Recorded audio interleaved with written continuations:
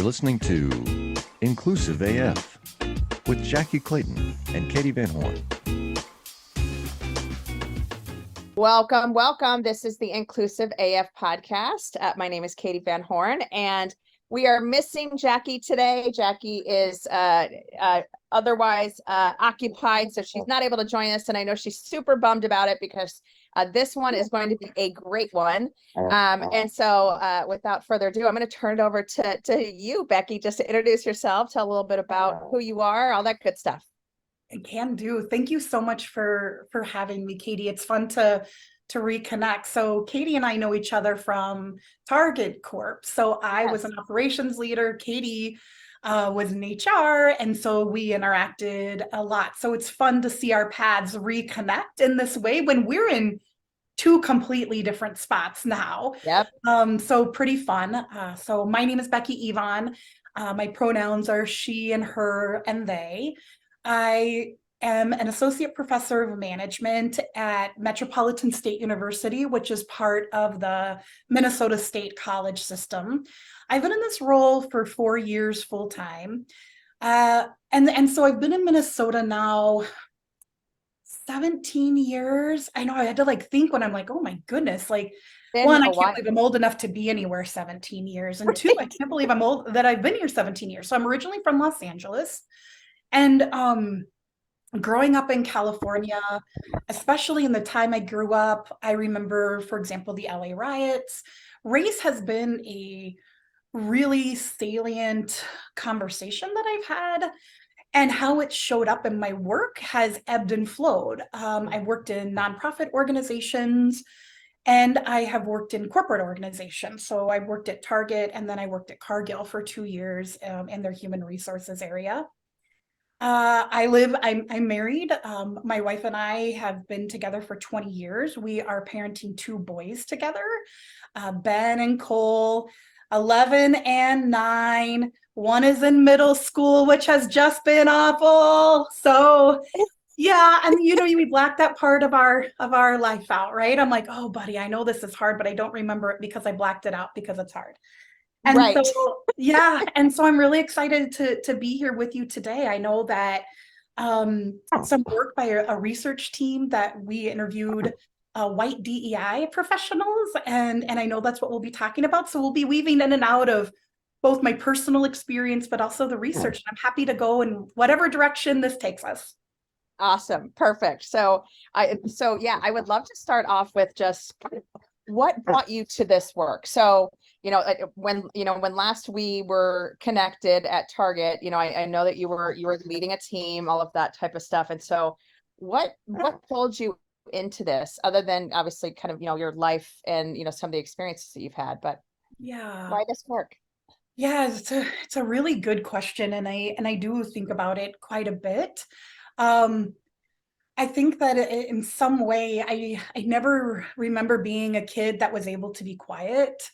I vividly remember on my walk to school, walking by a Planned Parenthood and getting into fights with people who were protesting. And so I've always felt this really strong pull to speak out to when things don't seem right, or it seems like fairness is my language. And I think that is, as a kid, I can reflect back on that. It's interesting to juxtapose that, and that I grew up with a really racist white supremacist parental figure. And so I had this activist streak. I very much was speak out about any oppression that I saw, yet in my own house, there was very much explicit racism on a daily basis. And so that was a really interesting world to navigate. And I don't think I sorted that out until I got a little bit older and I came out. And so that was a whole other thing. So I came out in my 20s. I identify as a lesbian, and I grew up incredibly religious, and I'm part of a religion that doesn't support that. And so I think that all of these things surfaced and really confronted between my own identities and my own beliefs about humanity. And so I found myself gravitating towards anti-oppression work, like it's bigger than me. It's bigger than my own safety. It's bigger than my own comfort.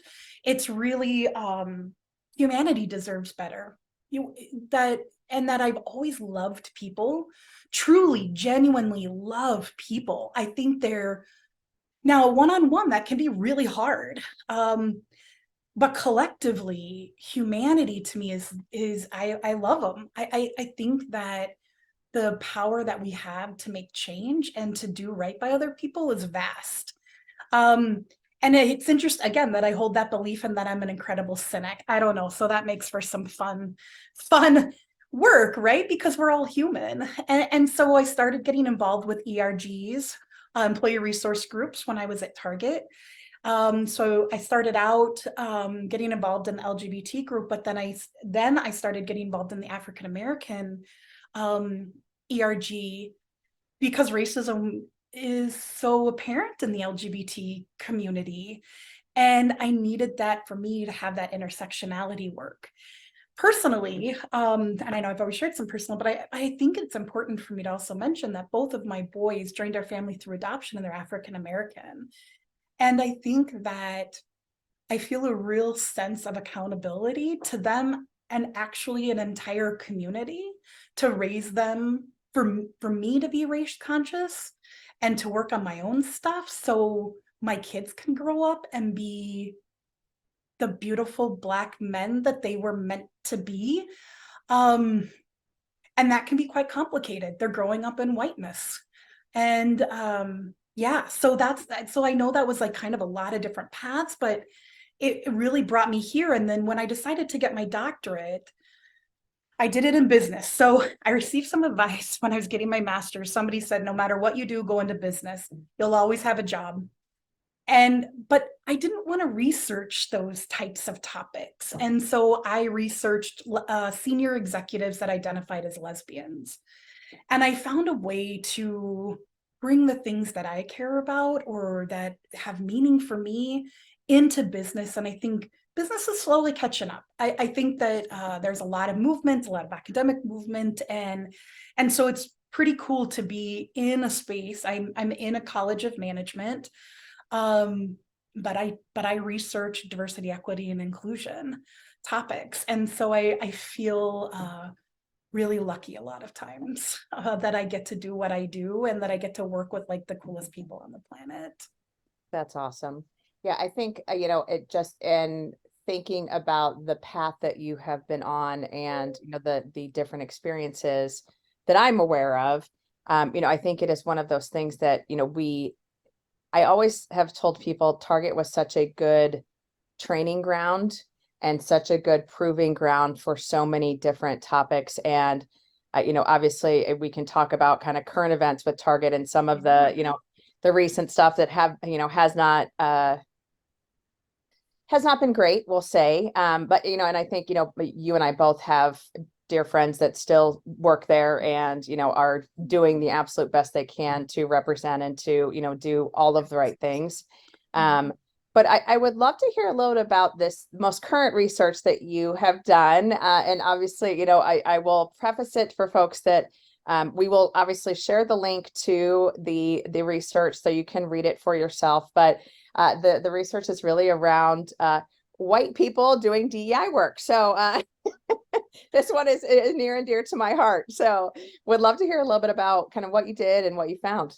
Wonderful. Yeah. And thanks for sharing the link. And I also offer up anybody who is not in a place where accessing this article is free to please connect with me directly. I'm able to share it that way since I know that it can get kind of expensive to access these academic articles. So the paper is called White DEI Professionals: Perception of Their Contribution to Advancing Workplace DEI. And we're really looking at, so what is this leveraging and decentering whiteness? There were 5 of us on the research team. Dr. Stephanie Sisko from the University of Minnesota and I were first authors, and then we partnered with Dr. Crystal Sarek-Fashant, Ms. Neela Nandial, and Dr. Stacy Robbins. And we're from 3 different institutions, different backgrounds, different degrees. and really came together to say, okay, how can we do some research in this environment that really begins to unpack whiteness in the workplace? And it's a really, I don't want to say tricky topic. That's not fair. I think many of us can identify what whiteness in the workplace is. Many of us can identify dominant culture in the workplace.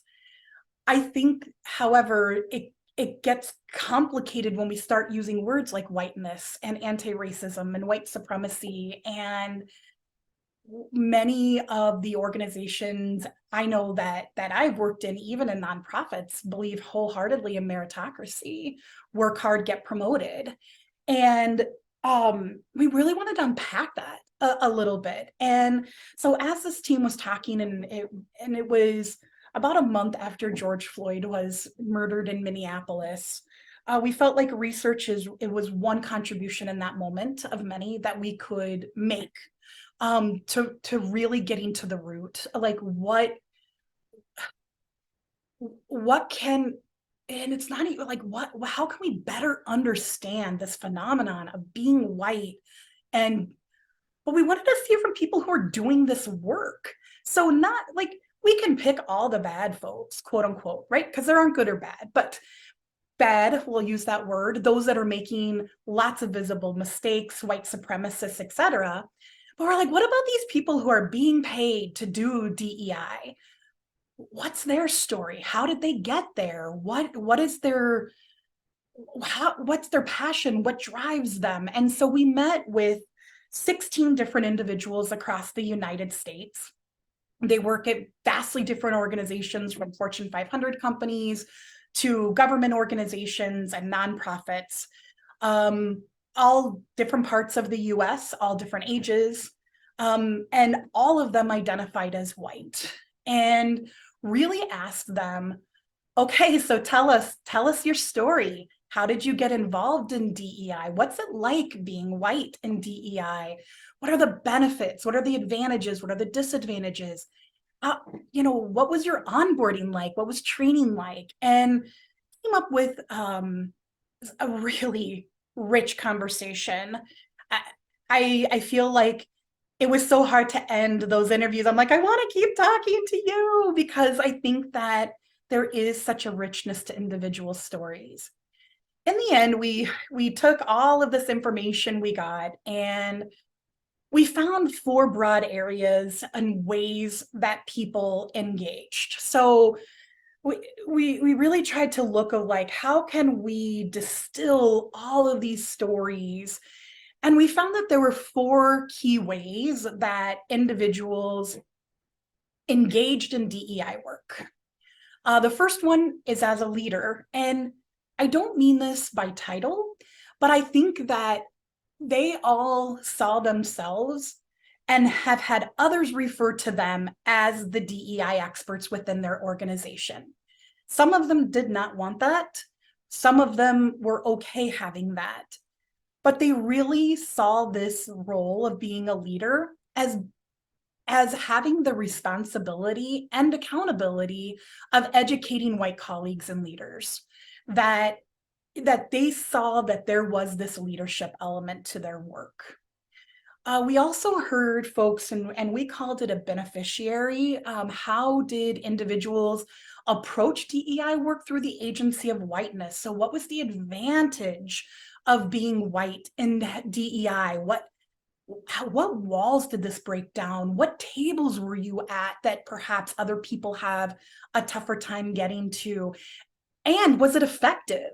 So that's up for debate. Is it more effective for me, Becky, to talk to CEO of said company who's also white, when neither one of us have that lived experience? And I think there is this initial lower defense. I think that we're all familiar with the term white fragility and how that manifests itself in different spaces. And also the people we interviewed talked about that. The next one was an interesting one, because not all people like this word, and it was ally. And it's not that they liked it, it's just that they didn't quite Some of them really embraced being an ally, and some of them just did not like this term ally. Yet they all worked at corporations that had ally training. And so it is a word that's being used in companies, but individuals themselves felt very uneasy about that word. How we defined it was, we looked at it two ways. We looked at this language choice of being an ally. We also really asked, like, okay, so you're on a DEI team. Talk to us about anti-racism. What language do you use in the workplace and out of the workplace around racism versus maybe broader terms like diversity, inclusion? And so we really dug into that. And I think a lot of folks really spoke to Dr. Kendi's work around ally not being a fixed term, this idea that I can be a racist one minute and an anti-racist the next minute, and that can switch throughout the day. And it's a target that I am working towards. And then the very last one, we played with the word forever, and Dr. Cisco and I talked about this forever, but we went with Pathfinder. We realized that folks really there's, for all of us, a lot of tensions and complexities to the work. And how did individuals navigate that? And in many ways, they had to all learn how to hold these tensions. With individuals in their workplace, with leaders in their workplace, with ERGs in their workplace, and also not really having any training to do this. And so that's really, I know that was a long summary, but that was really a summary of this work. And the stories that people told were really powerful and inspiring. And honestly, it makes me think, like, okay, so how can we do this work better, differently? How can we do this work in a way that minimizes harm? Can we train white people to do this work truly? Like, is that a training we can offer that could be effective? And I don't think we have answers for those today, but I know that that's what we were keeping top of mind as we were interviewing folks. So when you think about those four kind of personas or whatever you want to call them, Yeah. is there did you determine that one was better than another, or that there was a stack rank, or there was a progression of, oh, you start as this and then you move to next, or how, like, what was the logic there? Yeah, it's a really great question. And I don't necessarily think that we found one was better, or that there's even necessarily a rank, but that these were all working together in tandem. And it was really founded into, like, we tried to situate this in kind of identity development. And we looked at it, how am I doing this in my in-group identity, and how am I doing this as an out-group identity, and what is my in-group identity, and what does that look like? And I think one thing that we did see is some of these behaviors were intentional, some were happenstance, and some were forced upon an individual based on their circumstance. And that all of them evolved in time. Their views evolved, their understanding of the work evolved in time. And so I think that's also, like, I compared to, like, Tamo Kuhn's ladder of inference, right, which is this really, like, clear path moving up. We did not see that in this particular research. But somebody did reference Okuhn's research, put that out there. So yeah, right, there's a lot of these intersections and weaving in this work. Yeah, it's interesting because, what you just said, I think resonates so much with me personally doing this work that, I think we all, anyone who's doing this work can talk about the mistakes that you've made as you've been learning, as you've been growing.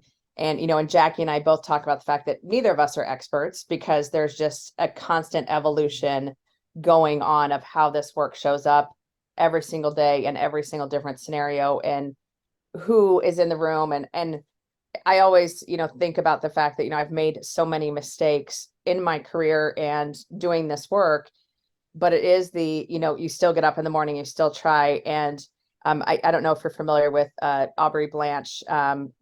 She's at Lajid now. She's at Culture Amp. She did a ton of work around just DEI, like the exhaustion that comes with doing this work, but then layer on top of it some of the ongoing trauma that people of color, that people in marginalized groups, et cetera, have to deal with. Like, I talk about the fact that I can take off my work hat and this, who I am when I go out to get groceries or to, whatever it might, it is I might be doing, whereas other folks cannot. And so there is yes, you're going to make a ton of mistakes, or you're going to make mistakes. I shouldn't say a ton of mistakes, but you're going to make mistakes, but it's also, what is the impact that you're having? And the one that, and, I think back to this earlier in my career where I was very much all about equity. Oh, we just need to treat everyone the same. And, to your point, like fairness was it still is a very, important thing to me. And, and so it was always like that equity piece and thinking about that versus equality. And again, how my brain has changed and how I think about, some of the HR processes that I was a part of throughout my earlier career. And we were looking for folks to fit a certain mold, to have, that type A driver personality, to have this, to have that. And there wasn't a lot of room for different or for someone that did not fit the mold. And I think we had some, especially at Target, had some great folks who were, I'm thinking, Caroline Wenga, I'm thinking, oh my goodness, I cannot remember her name, the woman that was in charge of ESG and anyways, it doesn't matter. Yep. But some of these folks that they were outside the mold and they made it work, but it was very much this is an exception. Mm-hmm. And I think that's been in so many of the places that I've worked, it's you have to fit this mold, you have to fit this thing. And how do you change your entire culture to say, that's actually not what we're looking for? Mm-hmm. And so would love to just hear your thoughts on, like, as you heard the stories, first, were there any that like kind of stood out to you as like, wow, obviously I don't want you to share anything that is not, that's confidential, mm-hmm. but anything that stood out for you as you heard the stories? Yeah. No, and I think you raise a good point, and one that I just want to, that I think a lot about, and that I feel really intentional and passionate about this, and that yes, I do think that pick a company and there is a mold.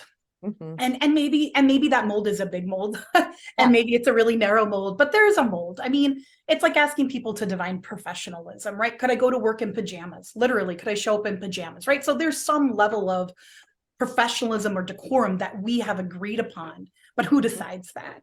Right. And I think that's why in my research,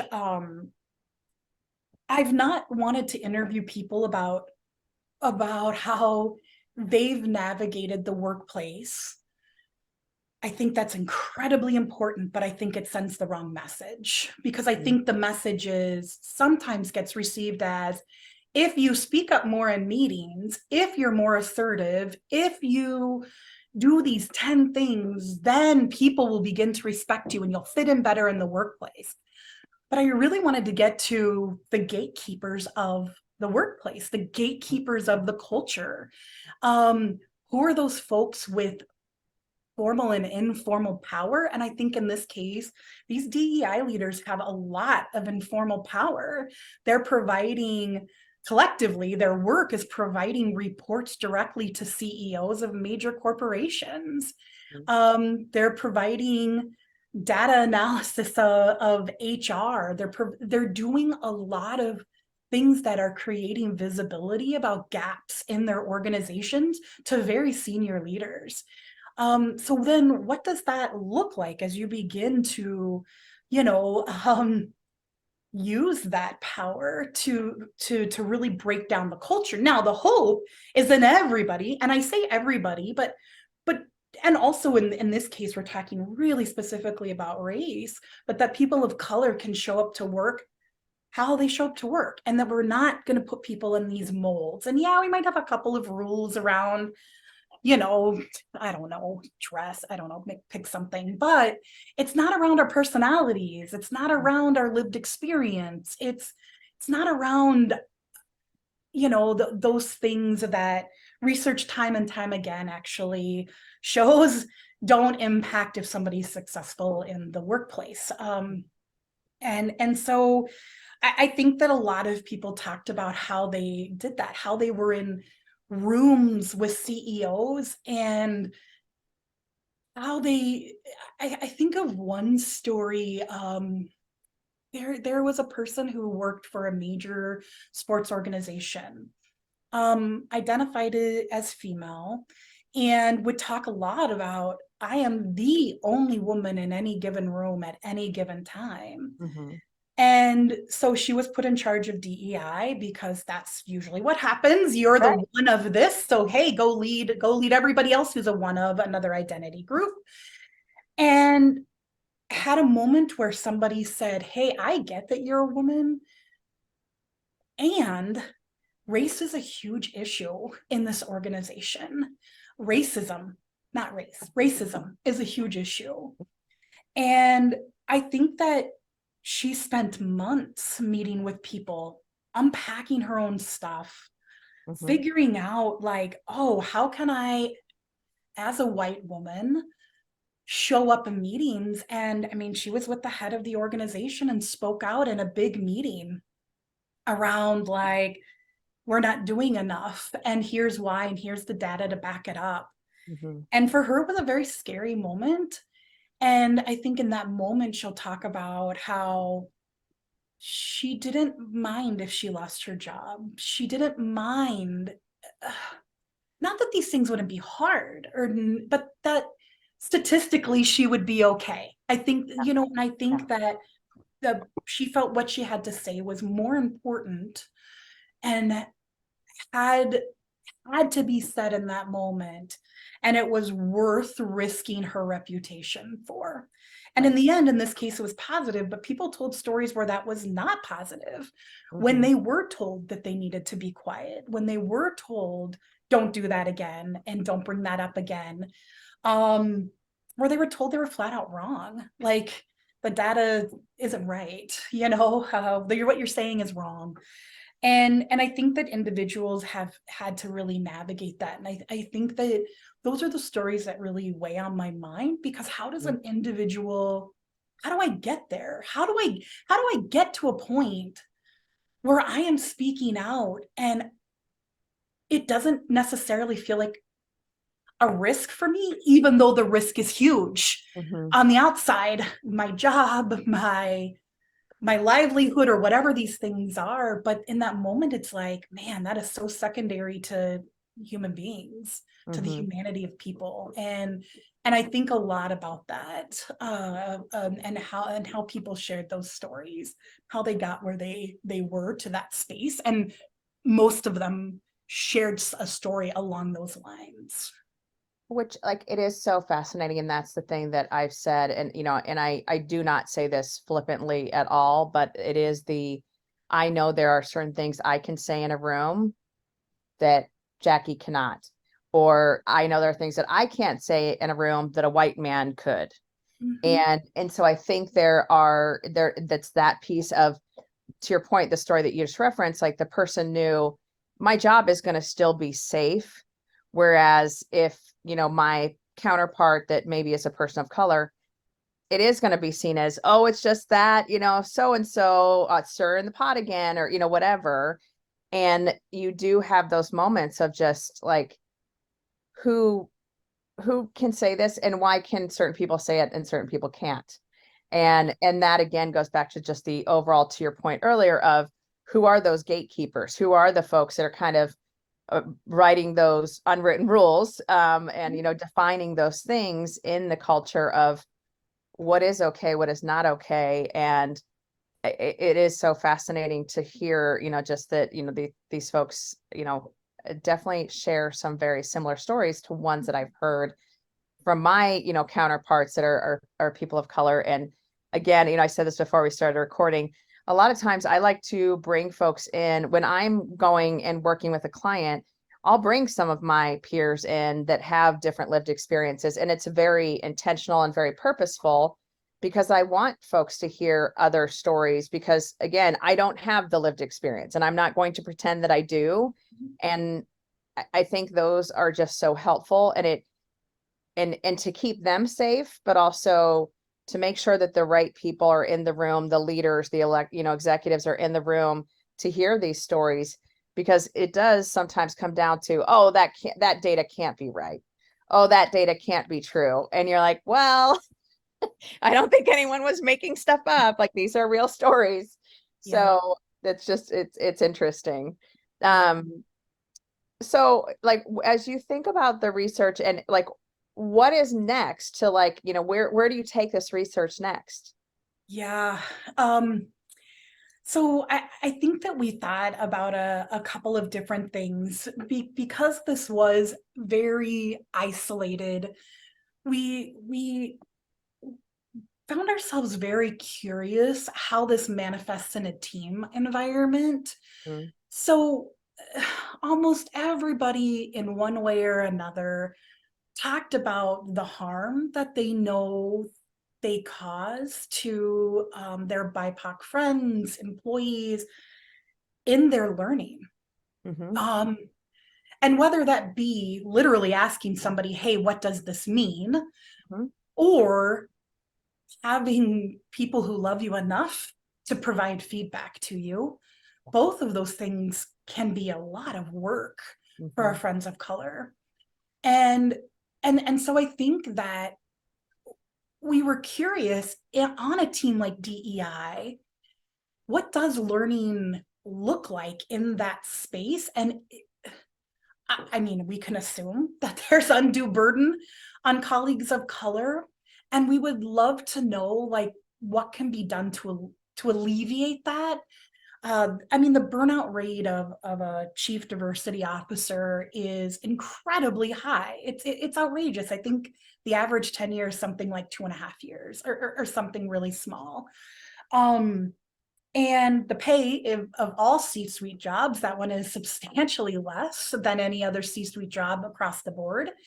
And so we wonder, like, could there be some learnings of how teams work together to alleviate some of that extra work, some of that burden? How can that be built in a different way? So I think that that's one thing that we are curious. And I, as a white researcher, I I try to be cautious about how I move forward with interviewing people of color or communities of color. It is, I don't ever want this to feel like I'm looking in at communities, and so that would be led by another researcher, probably Dr. Cisco, and I would absolutely be happy to help behind the scenes. And I think as a research team, we talk about that a lot.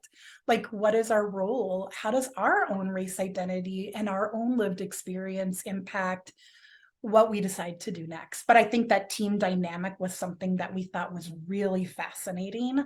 Um, we also thought it could be interesting to really get to, I think that we found interviews with cisgender straight men interesting, and there were a number of them. I know at one point we're like, oh, we don't have any, and then we opened it up and it wound up being about 20% of our data set, because I think that that could also help unlock how can we provide these experiences in workplaces that inspire, engage, encourage. I'm not even quite sure what the right word is, to be quite honest with you, individuals to begin caring about their other humans around them, humanity. What does that look like in a workplace environment? So I think those are the two things that we've been kind of kicking the rock around on, trying to see how we're going to do that. I think, both of those directions are so good. And the piece that I keep coming back to as you're talking is just it's not about changing the people who are in those marginalized groups, because that has always been kind of the historical go to as they, assimilate into whatever the culture is, and that shift that we're trying to have, but also honoring the experiences that people of color have had in these environments. And I'm saying people of color, but we could really, sub in any number of diversity dimensions, but the experiences where it was, and I think this was years ago. I went to a SHRM conference, and it was a D&I conference for SHRM, and one of the speakers was talking about the fact that he was a white male, gay, married, had children, and he was talking about the fact that when I first started working, before I came out, I had to switch like if someone said, "Hey, so what'd you do this weekend?" Switching pronouns so that it was, oh, and you could never say my partner. It was, he had to say my wife and I, did this, this, and this. And he's like, the burden of always having to think about that, not being able to hang a picture of my family up, not being able, and and those are things that we have moved away from in so many places, but there are still those places where it's still not safe for folks to share, hey, yeah, I'm part of the LGBTQ community, or hey, I'm, maybe I present white, but I am a part of whatever group. And just some of these things that you don't understand the burden of until you do start to hear some of these stories and these experiences. And as you said, I have a dear friend, Joe Gerstad, who is a white male that does this work, and he's in Nebraska, and he talks about the fact, like, it's awkward sometimes, but I show up on that stage and I'm talking about, hey, other white men, here's what we need to do. And I think that's some of the part that, some of the pieces that are just so interesting is it's not the, oh, hey, how do we get the people of color or the people from those marginalized groups to do a certain thing or act a certain way. It's how do we change that majority? How do we change the majority to say, this is actually the way it should be working? And we just had a Dr. Roxy Manning, who is phenomenal. She was just on an episode which will air in a couple of weeks, and she was talking about the global majority and the fact that it's not white people. When you talk about the global majority, by far, yes. Yeah, and you think about that, and I think for so many folks, especially in the U.S., who are very US centric in their way of thinking, it is the, oh no, we are the majority group. And it's like, not even a little bit, like not even close. So I know I'm like jumping around in a lot of places, but it is just so fascinating to see, how this all plays out. And I'm excited to see, this research already, I think, is just such a great starting point and such a great place for folks that are wanting to get into DEI and maybe don't know where to start, because I think all of the roles that you're talking about, all those personas, are ones that every single person could take on.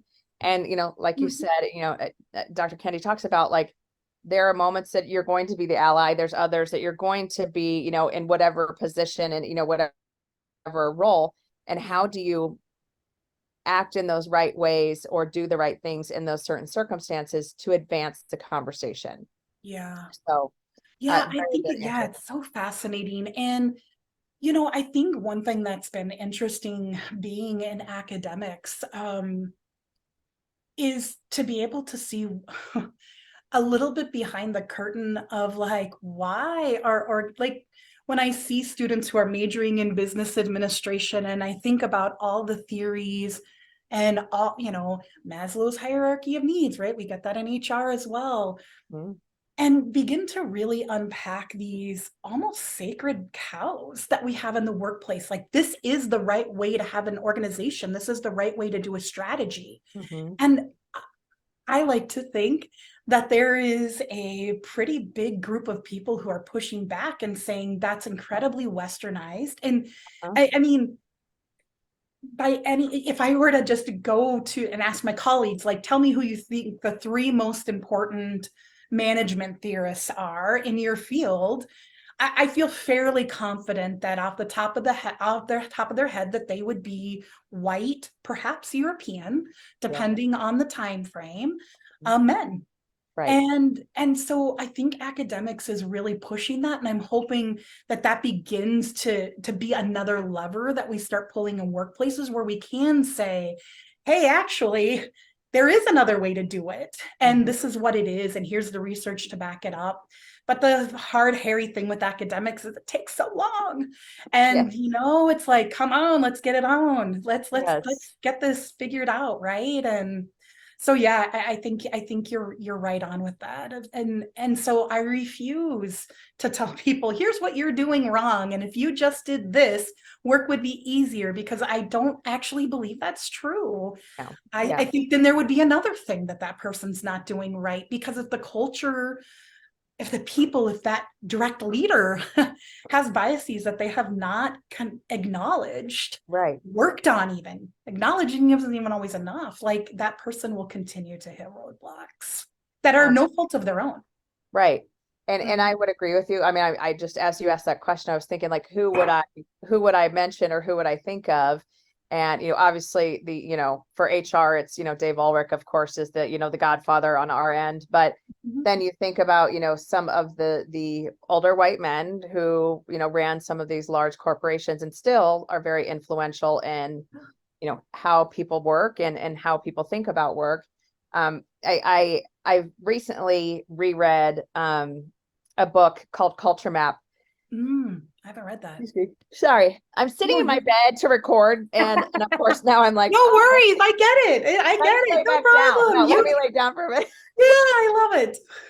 But it's, it talks about some of these factors of how do you start to think about interacting with different cultures and different groups, and who's right and who's wrong. And it's a great book. But I want to ask you, because you're talking about academia, and obviously that's kind of been a hot topic recently in the world of DEI, is some of the legislation that has occurred around I'm going to say like anti-CRT, but that's not even the right word, anti-DEI conversations or anti-culture conversations in academia. Would love just your thoughts and kind of what you're hearing from your side of the fence. Yeah, I think that it is it's interesting. It's interesting how many people are talking about critical race theory, where like 5 years ago, I don't think hardly anybody could have defined it unless you were in academics. Right. And I think CRT has really become the new word for Black or marginalized communities or BIPOC or sub in whatever movement somebody's DEI fighting against. And what's interesting is I think what we're seeing happening is actually just reinforcing the validity of what critical race theory is, because all of the parts of critical race theory we're seeing them, right? Like we're seeing it's an everyday occurrence. We're seeing it's not a one-off. It's not an accident. That it's the air we breathe. Until those in dominant culture see themselves as part of the solution, we will remain in the space that we're in. Those are really critical things that Bell talks about with critical race theory. Simultaneously, I think that what I see is, and I'm in a management school. I'm also in a state right now today that doesn't have that legislation, and I preface that because I think it could be any one of us at any time. And so I think that there is sometimes in the field that I'm in, there's this perceived safety. Like, of course, it's not going to hit business because we care about innovation and diversity, equity, and inclusion, right? Like these are values of ours, but they haven't been. I think the folks that I see impacted the most, when the most stress, are folks that are in ethnic studies departments. Those folks that are visibly talking about race and racism. I think I can mask mine in under equity or inclusion or managing a workforce, pick a topic. It's not so easy when I'm talking about African American history. Like that's what I'm talking about. And also most professors in that field identify as a person of color. And so I think that I have seen a lot of stress from my colleagues in that area. And what simultaneously what they've said, because again, not my lived experience, so I want to be really sensitive to that. They've said also, this is not the first time this has happened. Like, this is pretty ongoing. It perhaps it's a different word, it's a different thing, but in some way, anti-racism work has always been under attack, budget-wise, legislatively, from dominant culture. And so so I've really been trying to follow the leaders in the anti-racism space to say, okay, how do I pivot? How do I support differently? What does that look like truly in a really pragmatic way in my work, in my research? Who am I working with? What does this look like? Yeah, so I think it'll be an interesting year in higher ed. We'll continue to see more of this. Yeah. Is my guess. My guess. I have no knowledge. Oh, at least for another year. Right. I mean, till after the presidential election, at least, if not Yeah. longer, depending who wins. Right. Okay. Yeah, I I think know. that's it's so fascinating to me, and so the University of Southern Florida actually put out a training, and it was like a certificate program around DEI and onboarding folks to being DEI consultants or within their workplace, running ERGs, whatever it might be. And I was looking for the coursework the other day to share it with someone. I was like, oh, it's gone. And I was like, okay, and it might, and I'm gonna say it might be that I just could not find it. So Yeah. I'm gonna try and say that. But it was one of those like, oh wait, they're in Florida. Yeah. So it very well could be it's done. And that's the part also that I think there's so much good stuff that folks have built and are trying to get out there to the masses. And it's unfortunate that it's being wrapped into this, woke, anti-woke Yeah. conversation that's so like the word still cracks me up because it is so you don't want to be woke, meaning you don't want to know anything that's going on. Okay, makes sense. Totally. Yeah. But Yeah. anyways, It's this really coded language, right? And yeah. I'll tell you in class, because I think I spend so much time with students truly asking them, what do you mean when you say that? Yes. Like, what do Exactly. you like? Because I think that there's this idea that we all kind of know. And it isn't until we really start talking about what do you mean by woke or anti-woke, or like, Right. what is that? What is it based in? What's the historical context for it? And I don't know. I just always hope that it's something that they'll reflect on, because a lot of times I'm like, I don't know what we're talking about anymore, because I'm Right. hearing the words, but they're being used in a completely different context. And so I feel it's like, is this a dog whistle right now? Right. Or are we really talking about, I don't know. So I do think that, yeah, these words get used interchangeably for Mhm. things, and can in many times be a dog whistle. And so it's trying Absolutely. to figure out what that is. Yeah. And I think that's such a critical piece of advice of asking the question. What do you mean by that? And that's something that I think with all of these topics, just digging in when someone is talking about something, just, hey, tell me more about that. Why do you think that way? What do you think that means? That type of thing, because I think that slows people down enough that they start to think about the language that they're using. And once you start digging in and they go, oh, well, that's not what I meant, then you have a different conversation, a different kind of educational conversation. Agreed. So, which is great. Yeah. So Becky, I know I have taken way more of your time, but I want to just ask one question of you. Like, what is one thing, or what is one or two things, what are one or two things that you would like for our audience to have heard from this conversation? Yeah, so I think one, thank you for the work that you're doing and that you continue to do, you and everybody who's listening. I think that this is the work of love, and it's not always easy. And so thank you. I think it really matters. The other thing that I think a lot of folks came to, and there's this podcast, if anybody is interested in, called The Modern White Man with Ken Lawrence and Paul Johnson. And they talk a lot about whiteness and what does it mean to be white. And one thing I think that I was listening, and it was this idea that I'm never going to be perfect. And I know that that sounds really like, of course you're not, right? Like, duh.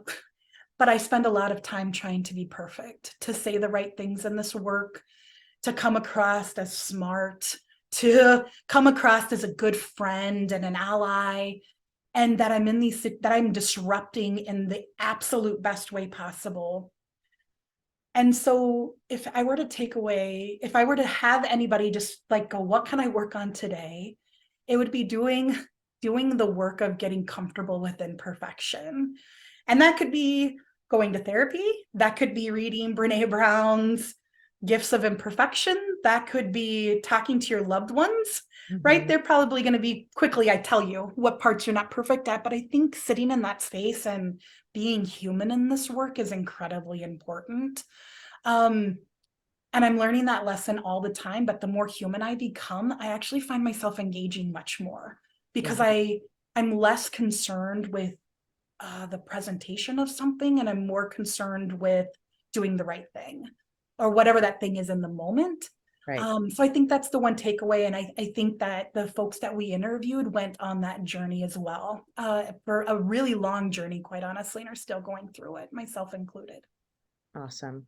Yeah. And I would add, for folks that are listening to this episode, I think the pieces that all of it resonated, and there were so many good points that you made, but I think the pieces that I would call out to folks are just that this is a journey, and we're all on our own journey. And so whatever you're taking, whatever learning you're doing, whatever you're trying to do to kind of bring that, bring more information to yourself, to your teams, to your organizations, just realize everyone's going to be at a different place in their journey, but also realizing that we just have to keep plowing ahead. And Jackie and I have talked about, we're hopeful that we're getting to a place where soon we won't have to talk about some of the stuff, but it's just that like we're at, hey, it's going to get worse before it's going to get better kind of a situation. And hopefully that is the case. And, to your point, some of the political things that will be going on here in the next year or two might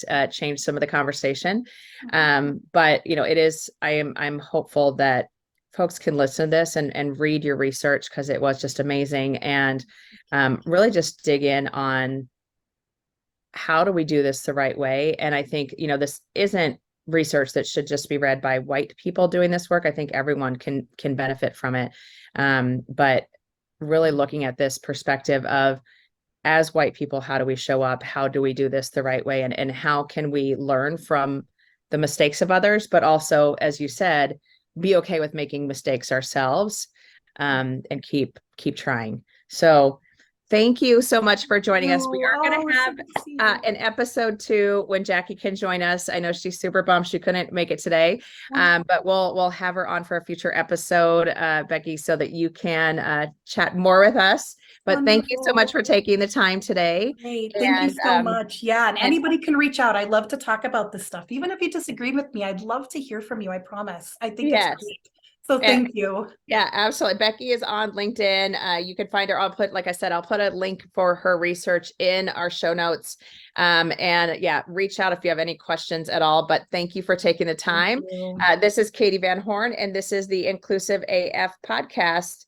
Bye-bye.